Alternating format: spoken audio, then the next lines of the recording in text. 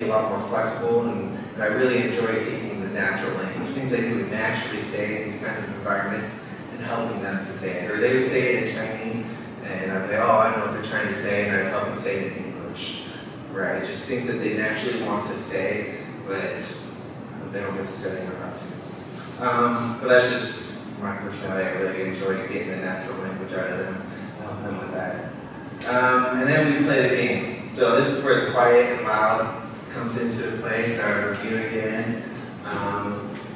So I have this picture right here, and I'd have this chicken. I'd have one student will go out of the classroom, and they have to like close their eyes so they could like check into the classroom and see. Whereas I would give another student the chicken to hide, and they'd hide it, and it's the practical idea of pop coal. Right? Like a game can be played as a young child. That's something I played as a young kid. And then after they hid the chicken, it didn't matter. I didn't care where they hid the chicken.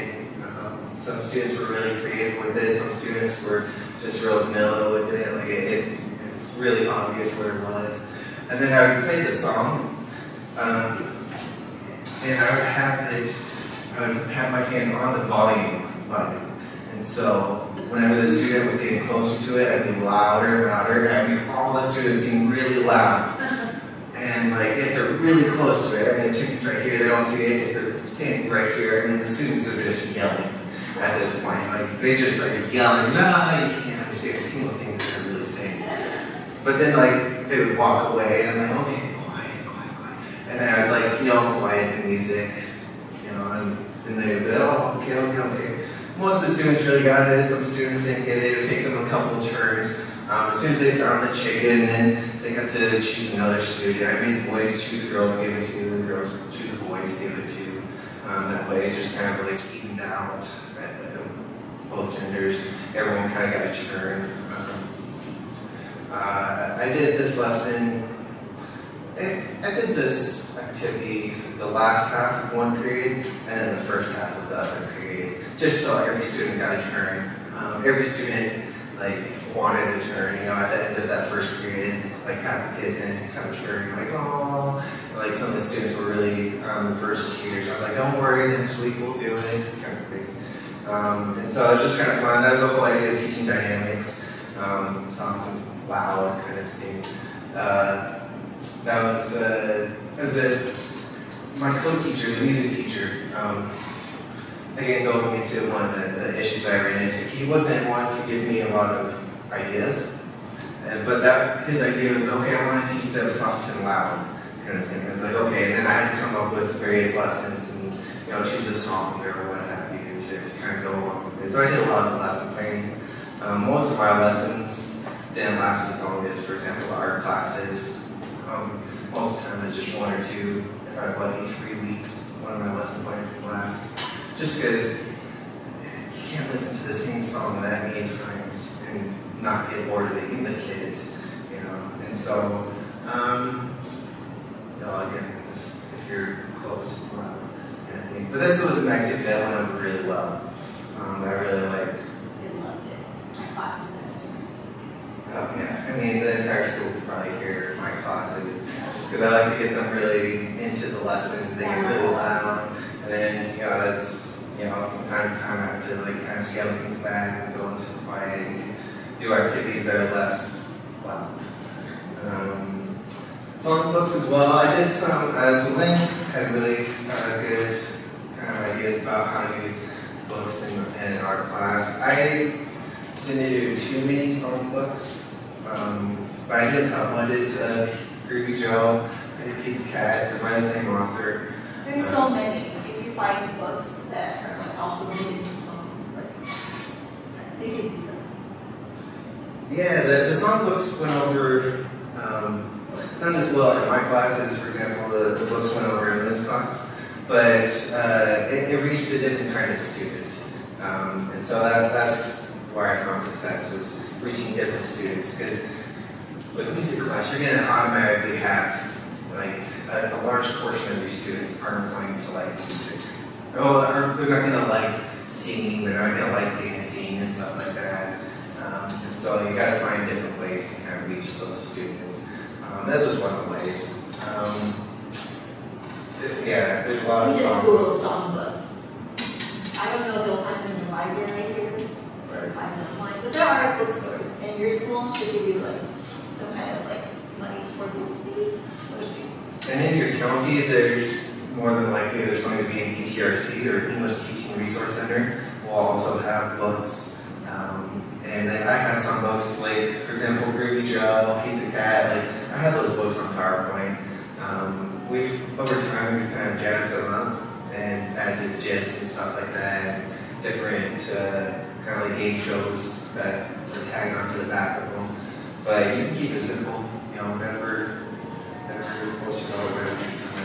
One of our teachers that worked in the English Teaching Resource Center created a Google Drive where he just, maybe once a week or a couple times a week, he would upload a new book and share it with teachers. So if you guys would like access to that, there are a lot of books, really good ones. Nothing jazzed up like you would do, but if you want ours, it's also a little bit different. But you can find a lot of books that are already uploaded and shared. You can also share books within that drive for other teachers if you have any. So that's something to consider. And if you don't have a scanner tool or the scanner is no good, you can always just take pictures with your phone and just, email the images to yourself, and that way you can pick it up onto your computer. So oftentimes your phone will take a much better quality image than these scanners will. Just kind of how it works. Sometimes I go to YouTube, and YouTube has people reading the books, and you can just screenshot. There's so many ways to that. Copyright, please. Okay, but what's next? More books. Yeah, I guess these are a little Bob Marley version of songbooks, right? Like the reggae, if you want to introduce something a little more enjoyable for yourself, you can try finding stuff like that. So I taught music to first and second graders, but we had a colleague who taught music to fifth graders, and he was able to incorporate a lot more. He taught Hit the Road Jack for like 6 weeks. I don't know. He was across the hall from me when I was doing art, and I'm like, he's still doing Hit the Road Jack. How much did we do? But he did a lot, and they loved it. Every week they were having fun with Hit the Road Jack, so I was like, okay. I also did chants. So in music class, one of the things that I would walk into the class and the students would, oh, teacher Brendan. And then I changed it up, the chants. I would do the same chant for maybe a month or a month and a half. And then I would change it up into a different chant. One of the chants was the hello chant. This is just something I found on YouTube because I was just kind of searching for different things that I could use to kind of like get my lesson really. And so it was H-E-L-O, and I made them all kind of like, I went through the letters, so they all knew how to say the letters, and I'm like, H-E-L-O, and then they repeated it. And I'm like, this is how we say hello. And then they would say it again, this is how we say hello. And then move your feet to the beat. And then I would make them move their feet to the beat, kind of thing. Can you feel my heartbeat? And I would make them do the same thing. And that was just one of my little chants, kind of thing.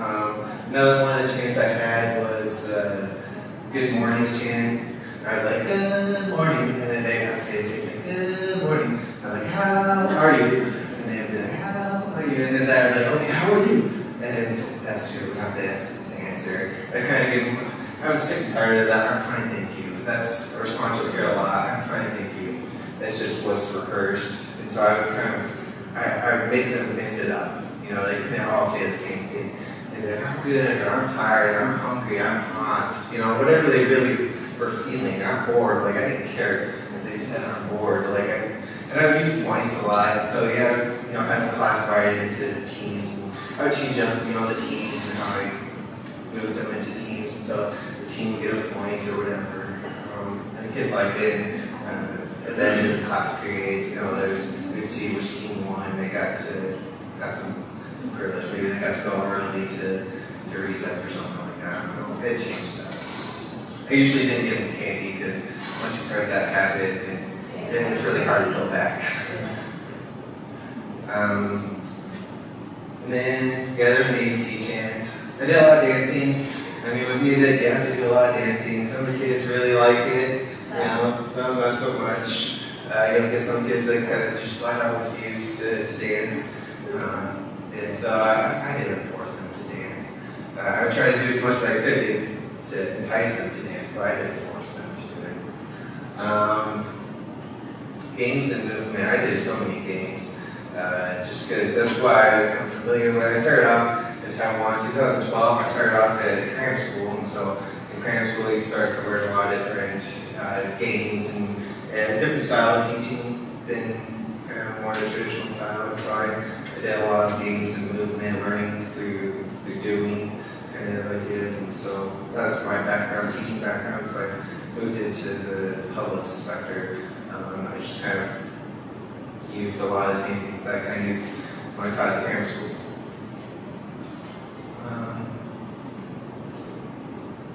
PE class. Oh, PE class for children.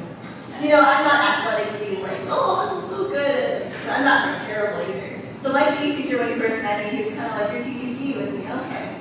And I'm like, yeah, sorry. This is a game, you do it, you know? Okay, so you try what you can, right? And how do you make it in English class, right? Because everything is in Chinese, because they have it like a routine, a warm-up routine that is from beginning to end in Chinese. The PE teacher doesn't even do anything, he just stands there because he's already taught them this. So the class leader will get up and he says all this stuff, the kids move in, move out, and they do this whole thing, and you're like, wow, it's all in Chinese.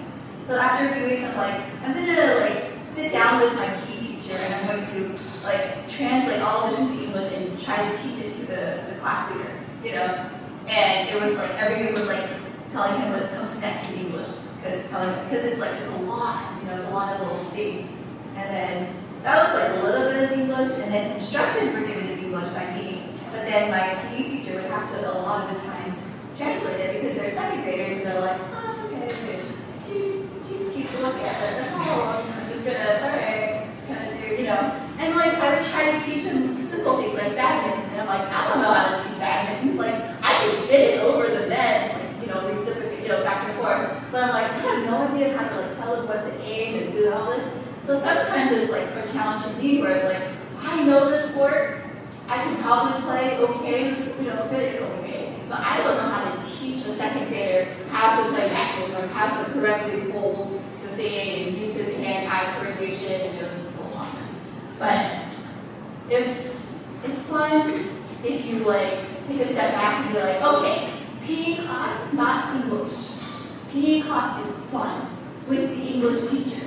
Okay, so you know, then it's like it's a lot better that way. Because then I took away this, and he's like, "Don't worry, just let them have fun." Like, you know, like I have to give them like grades based on like their participation and like not how well they're doing because they're just second graders. They don't really test them, right?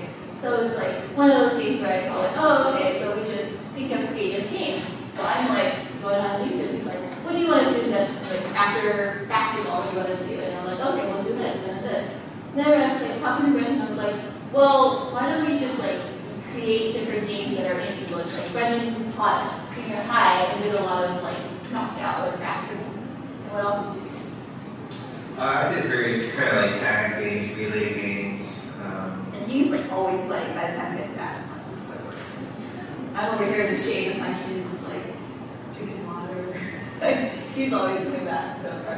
But we actually did an English hub and we had our kids play this game called the Hula game. Like this is our kids, and like we went out to the big area where there's a lot of open space, and the kids built like a little hut, like a house thingy, out of hula hoops, and they have like balls that are really soft, like dodgeballs kind of thing. And they would have to like try to knock down the other side's team, and they would have to work together to rebuild it. So I feel like PE is like more teaching like how to work with teammates and how to like not want to kill each other when you're angry. Just teaching them this like have fun. It's all just like games. And they did a really good job. And Brendan would have his own little hula hut. They would like attack him because they realized like Brendan was like knocking them down from afar. And they would all like run over and jump. They were ganging up on me. They were ganging up on him. Yeah. And I was over here like taking photos. Yeah. But it's fun. And so I think like with PE, the best thing to do is like be creative in your lesson. Like choose like games like this, or just take them outside and just have fun and don't really worry about learning English because more like physical movement, just exercise and having fun. So one of the English from PE, it's just kind of, I mean, because we struggled with it a lot at the beginning. So my kind of way of looking at it is like, it's primarily a PE class, so it's for, health and lifestyle, wanting a healthy lifestyle. So a lot of it ended up just being a lot of absorbing English. I would talk a lot. A lot of it would be absorbing English. Because I taught junior high students, they get really competitive in some of the sports. Some of the kids do. So for example, the weeks that we played basketball, I love playing basketball. And so the kids always wanted to play basketball with me. And so I would always I would make them, they would be like, oh, teacher. And they would try, I know exactly what they wanted me to do. They wanted me to join their team. They wanted it to be like 4-on-4 kind of thing. And these are your teammates. And I go, oh, this is what I want you to do kind of thing. And I knew exactly what they wanted for me. But I forced them to say it in English kind of thing. Oh, I did that sort of thing in Italian, and they had me the PE English. And I first taught yoga, just those stretches, and then for every class, we always do the same stretches. Like, and I'd say, touch your toes, cat stretch, put your right leg in the air. And then it worked out well. We just did dodgeball, which is terribly violent, and then basketball. Oh, you know what's good with dodgeball though? My PE teachers, like last semester, they played dodgeball, which is frisbee. Oh. Dodging frisbee. Yeah. I taught ultimate frisbee and. Yeah, fun. And I did a terrible one. They had kettlebells. The PE class, so I did circuit training, kettlebell, basketball throwing, jump rope, and it was circuit rotating. And nobody killed themselves with kettlebell. I was thinking you always worry, right? Don't be that teacher that has Right, you don't want kids rolling ankles and breaking arms and legs and stuff like that. Yeah, it's always the concern with PE.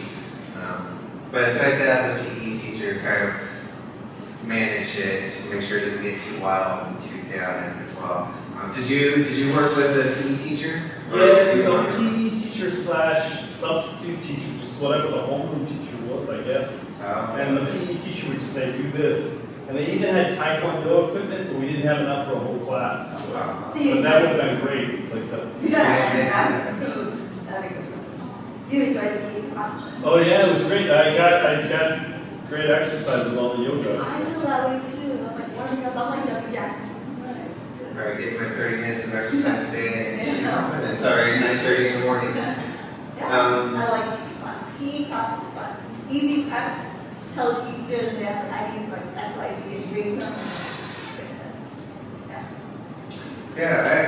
And I guess just kind of as we've been going over the club, if you haven't kind of picked it up, you don't have to be an expert in these different subjects. At least not in art, and music, and PE.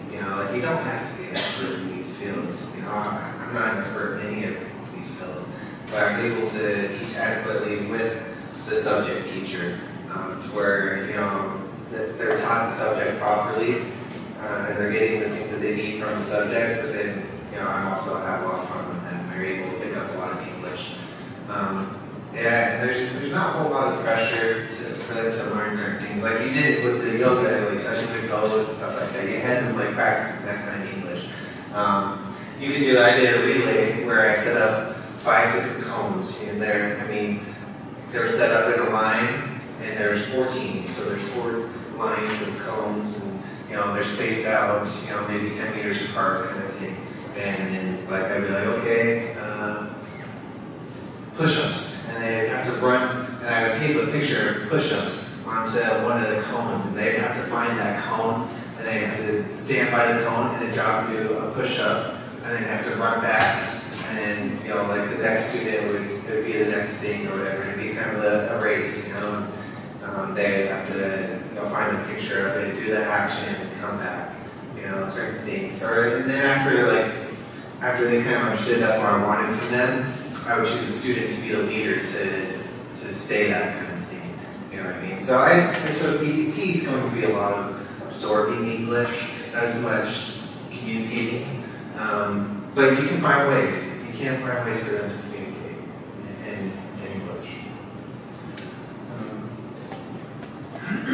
design class. So this was my junior high design class. This is one of the things that we went over pretty early on. Principles of art is what the design teacher wanted me to go over. So I just we went over the English vocabulary, harmony, balance, proportion, emphasis, variety or contrast, movement, rhythm, scale, unity. Like these are things that I didn't really know beforehand.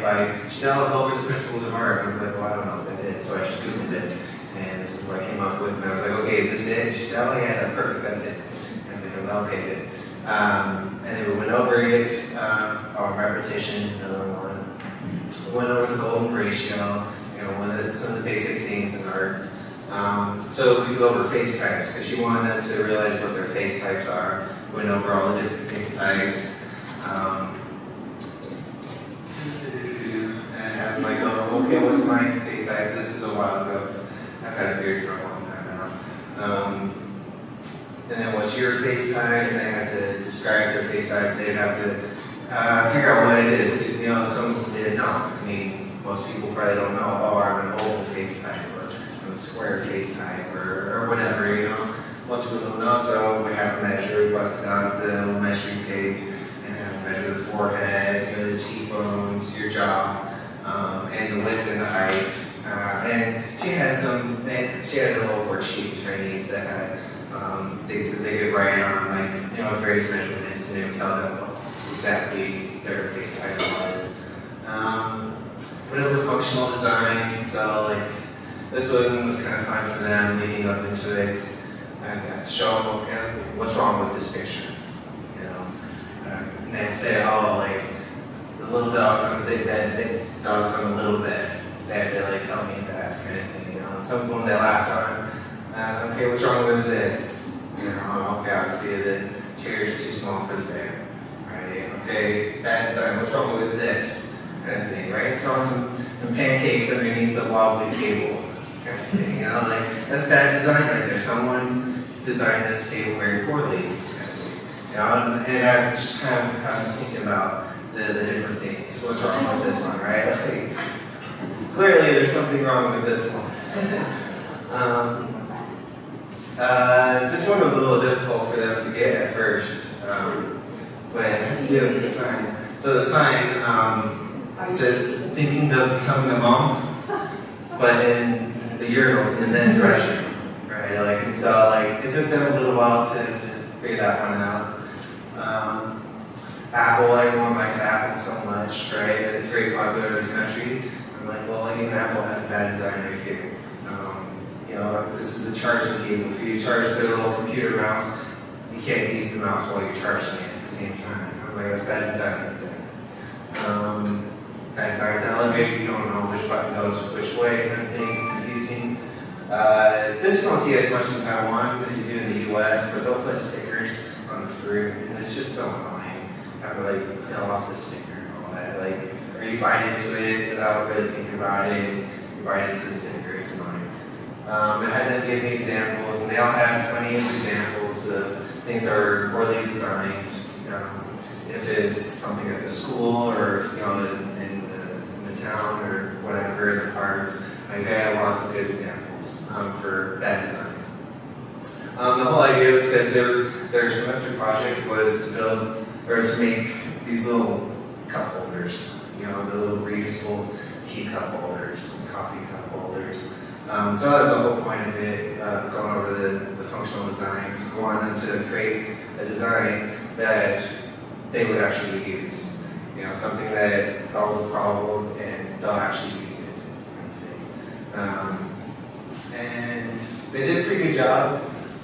Most of them did a pretty good job. As junior high kids, some of the students didn't like it quite as much. Because it's sewing, all sewing and stuff like that, but they all finished, and it worked out just fine.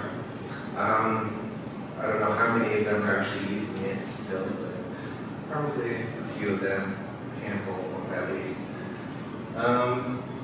So overall, we got time, so we're good. So overall, Quill, teaching these content, these subject classes, it's really not too different from an English class. There's just certain things that you have to change and keep in mind. Main things, stay within your subject. You can try stretching things like in my music class. There's sometimes you're really tired or maybe you're feeling a little sick. And you just don't want high energy in music class. You don't want to be like really loud or whatever. So I do something that is a little bit of a stretch. Have them go over like a worksheet or have them like go over like drawing something. And I would try to keep the music related, but you can stretch things a little bit. The nice thing is not to focus on passing a test, because there's so much stress on these students to do that. And I found that in these classes, the students are able to really speak a lot better English, just because you're not trying to force them to say some sentence pattern or some vocabulary that they don't care about. They're going to forget as soon as you leave the class, or as soon as 5 minutes later they probably have no idea what the vocabulary is, just because they don't care about it. This is subjects that a lot of the students care a little more about than having passed the test. And then also we're able to put them in a lot more comfortable of an environment when there's not the pressure to succeed. There's not pressure to perform at a certain level in English. And so I found that the students are able to learn a lot better. Overall, they're able to learn a lot more. So that's kind of my experience with Quill. One thing I appreciate about Quill is I could take away from it learning a lot more because it challenged me. After doing this so many years of teaching out of a textbook and just doing the same. It was almost refreshing to be okay, now I'm an art teacher or now I'm a music teacher. But one thing I think you could do if you're only doing the textbook, I think the beauty of Quill is you don't always have to do art or you don't always have to do music. You could once in a while dabble into art and do a project within your text, or PE, or take them outside and do something out of the ordinary. So if anything, from this presentation, even if you're not required by your school to specifically teach one subject, just expand think outside of your given textbook that the kids have to learn, and give them a week or so of just something fun at the end of the semester or within the semester to kind of change it up for the students. Can I ask, what made you decide to choose Quill?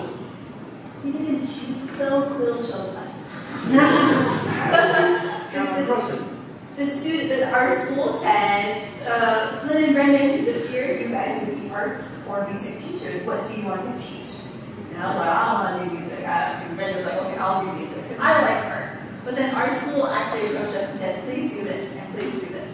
And then our other school was please do PE and on top of this and this design class. So we didn't choose Quill. None of us choose to teach the English textbooks, right? Their schools ask you to. So I think Taiwan is moving towards the Quill idea. Do you teach Quill this morning? Do you have No, it's Thursday.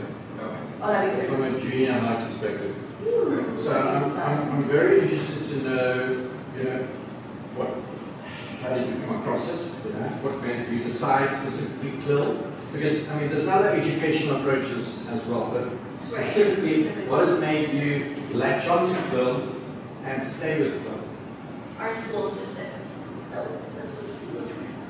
Yeah, at least in Yali County, but it seems like the trend is all over Taiwan, wanting the students to speak English a lot better. They want a lot better performance out of English in these students. And the idea is a bilingual school or an all-English school, but a lot of these students aren't ready for something like that, or can't afford something like that. And so a lot of these schools that have us more teachers now, if it kind of works out with your scheduling, they're going to try wanting us to teach these different various subjects. So some teachers, they have a maxed out schedule. They're teaching 22 English classes because, that's how many classes there are that they have to teach the English class. but then there's some schools where, you know, maybe there's only 16 classes that you have to teach. And so they try to come up with various creative ways to have you fill out the rest of your schedule. And CLIL, English Club is a common way, but CLIL is I find, a lot more purpose-driven than English Club. English Club can kind of be all over the place. Sometimes it's a failure, sometimes, and because it's all over the place, sometimes it's a failure, sometimes, you know, you get a lot of success. First, Leslie. Sorry, I have a second question. Sorry, Leslie. Your elementary school teachers, from what age would you, and I'm asking this because there's quite a few elementary foreign English teachers here who might want to consider it. From what age, based on your experience, do you think it's purposeful for elementary school students to start with CLIL? Keeping in mind, they still have to have the first or mother tongue established as well. What do you think? I guess I'll go first. I find that it depends on the subject that you're wanting to teach. If it's, you know, like a more difficult subject, like say science, then I wouldn't necessarily recommend teaching science as an English teacher just because they struggle enough with it in their mother language as opposed to, you know, throwing in English into it. But if, for example, art or music, PE, I find teaching at the younger levels is fantastic. From what grade? Grades 1, 2, 3. I find those ages fantastic for these subjects just because you're able to really mold them and get them really ready. So I mean, the first and second graders second graders I taught this last year, they're going to go into the third grade. They're going to just blow past the third grade textbooks just because they've learned everything in the textbook just for the music class. And are you going to pursue with it with the higher grades? So our current schedule doesn't allow for that at our school. But if you have the flexibility with your schools to choose, I guess it depends on your personality. Do you enjoy more the younger students or the older students? That certainly helps decide. But I would gravitate towards the younger students. Get them really learning English from a younger age. They're a lot more willing to grab on to whatever you're teaching them. They're willing to do that activities. And that participation helps a lot. That attitude helps a lot as far as teaching a different subject. Your thoughts? One thing I think really works well with grade 1 and 2 students, especially if this is like their first ever like experience with English, is like music and art are so great because art they take it home and it's something they physically made and they'll remember it because they produced it. And then music is great because there's so much repetition and it's a memory. Like when they've been hearing songs all their lives, right? And in the hallway, I'll hear some of my students singing the songs. Yeah. And for me, that's like, okay, that's great. He's singing it. Yeah. And PE, because it's so low, like, low thought of like level, like you don't have to think a lot about PE. You just kind of do it, right? It's just less thinking and it's just more doing and producing like movements, and they want to be able to get out and do things anyway. So I think to have English as an English teacher, just be out there and just motivate them to like come up and ask me to play with you, or just like don't be scared before you, be like excited that you're able to use the English that you as you're playing. So I think one of those. So the younger you start them, I think